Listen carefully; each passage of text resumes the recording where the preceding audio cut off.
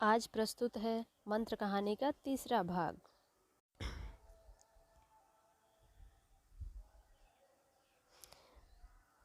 फर्श पर बैठ गया। सारे मेहमान कमरे में जमा हो गए। कोई कुछ कहता था, कोई कुछ। इतने में जड़ी पीसकर आ गई। मृणालिनी ने उंगली पर लेप किया। 1 मिनट और बीता। कैलाश की आंखें बंद हो गईं। वह लेट गया और हाथ से पंखा झलने का इशारा किया। माँ ने दौड़कर उसका सिर गोद में रख लिया और बिजली का टेबल फैन लगा दिया। डॉक्टर साहब ने झुककर पूछा, कैलाश कैसी तबीयत है? कैलाश ने धीरे से हाथ उठा लिया पर कुछ बोल न सका। मृणालिनी ने करुण स्वर में कहा, क्या जड़ी कुछ काम न करेगी? डॉक्टर साहब ने सिर पकड़कर कहा, क्या बताऊं, मैं इसकी बातों में आ गया। अब तो नस्तर से भी कुछ फायदा न होगा। आधे घंटे तक यही हाल रहा। कैलाश की दशा प्रतिक्षण बिगड़ती जाती थी, यहाँ तक कि उसकी आंखें पथरा गईं, हाथ पांव ठंडे पड़ गए, मुख की कांति मलिन पड़ गई, नाड़ी का पता नहीं, मौत के सारे लक्षण दिखाई देने लगे। घर में कोहराम मच गया। मृणालिनी एक ओर सिर पीटने लगी, माँ अलग पछाड़े खाने लगी। डॉक्टर चड्ढा को मित्रों ने पकड़ लिया, नहीं तो वह नस्तर अपने गर्दन पर मार लेते। एक महाशय बोले, कोई मंत्र झाड़ने वाला मिले तो संभव है, अब भी जान बच जाए। एक मुसलमान सज्जन ने इसका समर्थन किया, अरे साहब, कब्र में पड़ी हुई लाशें जिंदा हो गई हैं, ऐसे ऐसे बाकमाल पड़े हुए हैं। डॉक्टर चड्ढा बोले, मेरी अक्ल पर पत्थर पड़ गया था कि इसकी बातों में आ गया। नस्तर लगा देता तो यह नौबत ही क्यों आती। बार बार समझाता रहा कि बेटा सांप न पालो, मगर कौन सुनता था। बुलाइए, किसी झाड़ फूंक करने वाले ही को बुलाइए, मेरा सब कुछ ले ले, मैं अपनी सारी जायदाद उसके पैरों पर रख दूंगा, लंगोटी बांध कर घर से निकल जाऊंगा, मगर मेरा कैलाश, मेरा प्यारा कैलाश उठ बैठे। ईश्वर के लिए किसी को बुलाइए।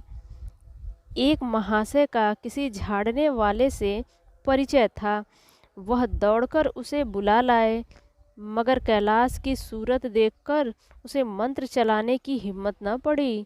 बोला, अब क्या हो सकता है सरकार, जो कुछ होना था हो चुका। अरे मूर्ख, यह क्यों नहीं कहता कि जो कुछ न होना था वह कहाँ हुआ? माँ बाप ने बेटे का सेहरा कहाँ देखा? मृणालिनी का कामना तरु क्या पल्लव और पुष्प से रंजित हो उठा? मन के वह स्वर्ण स्वप्न जिनसे जीवन आनंद का स्रोत बना हुआ था, क्या पूरे हो गए? जीवन के नृत्यमय तारिका मंडित सागर में आमोद की बहार लूटते हुए क्या उनकी नौका जलमग्न नहीं हो गई? जो न होना था वह हो गया। वही हरा भरा मैदान था, वही सुनहरी चांदनी एक निःशब्द संगीत की भांति प्रकृति पर छाई हुई थी। वही मित्र समाज था, वही मनोरंजन के सामान थे, मगर जहाँ हास्य की ध्वनि थी वहाँ करुण क्रंदन और अश्रु प्रवाह था। शहर से कई मील दूर एक छोटे से घर में एक बूढ़ा और बुढ़िया अंगीठी के सामने बैठे जाड़े की रात काट रहे थे। बूढ़ा नारियल पीता था और बीच बीच में खांसता था। बुढ़िया दोनों घुटनियों में सिर डाले आग की ओर ताक रही थी। एक मिट्टी के तेल की कुप्पी ताक पर जल रही थी। घर में न चारपाई थी न बिछौना, एक किनारे थोड़ी सी पुआल पड़ी हुई थी। इसी कोठरी में एक चूल्हा था। बुढ़िया दिन भर उपले और सूखी लकड़ियां बटोरती थी। बूढ़ा रस्सी बटकर बाजार में बेच आता था। यही उनकी जीविका थी। उन्हें न किसी ने रोते देखा न हंसते। उनका सारा समय जीवित रहने में कट जाता था। मौत द्वार पर खड़ी थी, रोने या हंसने की कहाँ फुर्सत। बुढ़िया ने पूछा, कल के लिए सन तो है? नहीं, काम क्या करोगे? जाकर झगड़ू शाह से 10 सेर सन उधार लाऊंगा। उसके पहले के पैसे तो दिए ही नहीं, और उधार कैसे देगा? न देगा, न सही, घास तो कहीं नहीं गई, दोपहर तक क्या दो आने की भी न काटूंगा। इतने में एक आदमी ने द्वार पर आवाज दी, भगत, भगत, क्या सो गए? जरा किवाड़ खोलो। भगत ने उठकर किवाड़ खोल दिए। एक आदमी ने अंदर आकर कहा, कुछ सुना? डॉक्टर चड्ढा बाबू के लड़के को सांप ने काट लिया। भगत ने चौंक कर कहा, चड्ढा बाबू के लड़के को? वही चड्ढा बाबू है ना, जो छावनी में बंगले में रहते हैं?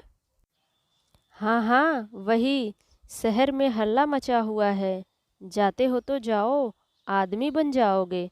बूढ़े ने कठोर भाव से सिर हिलाकर कहा, मैं नहीं जाता। मेरी बला जाए। वही चड्ढा है, खूब जानता हूँ। भैया लेकर उन्हीं के पास गया था। खेलने जा रहे थे, पैरों पर गिर पड़ा कि एक नज़र देख लीजिए, मगर सीधे मुंह से बात तक न की। भगवान बैठे सुन रहे थे। अब जान पड़ेगा कि बेटे का गम कैसा होता है। कई लड़के हैं? नहीं जी, यही तो एक लड़का था। सुना है, सबने जवाब दे दिया है। भगवान बड़ा कारसाज है। उस बखत मेरी आंखों में आंसू निकल पड़े थे, पर उन्हें तनिक भी दया न आई थी। मैं तो उनके द्वार पर होता तो भी बात न पूछता। तो न जाओगे? हमने जो सुना था सो कह दिया।